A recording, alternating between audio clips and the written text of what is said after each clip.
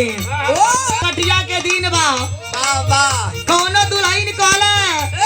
कि खाली आप फुसलाते हैं बाबा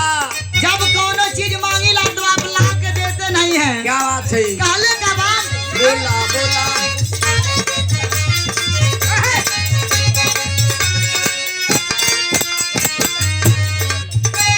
दुल्हन कहे बोला खाली फुसलाई के करावे लगा टनिया तो हम गम जानी ला कितना में हवा बाबा रमेश यादव जी बाबा बा आपकी यहाँ खाली कलमिया का कापी चलो लगाओ है। अरे कुछ भी हुआ काहे हमन के गावत रही है तो काहे आप हद चमका में बाबा तब लइका कहे बोला बोला मेहरारू अपना मर्दे से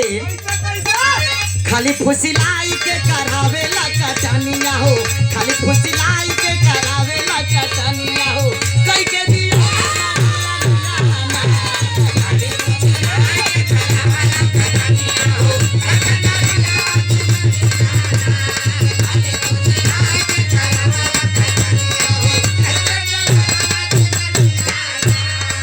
दुल्हन का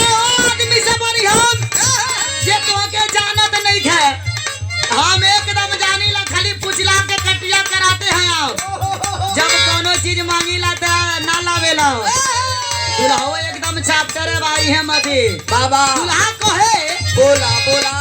धनवा के भाव तनी बढ़े तू धनिया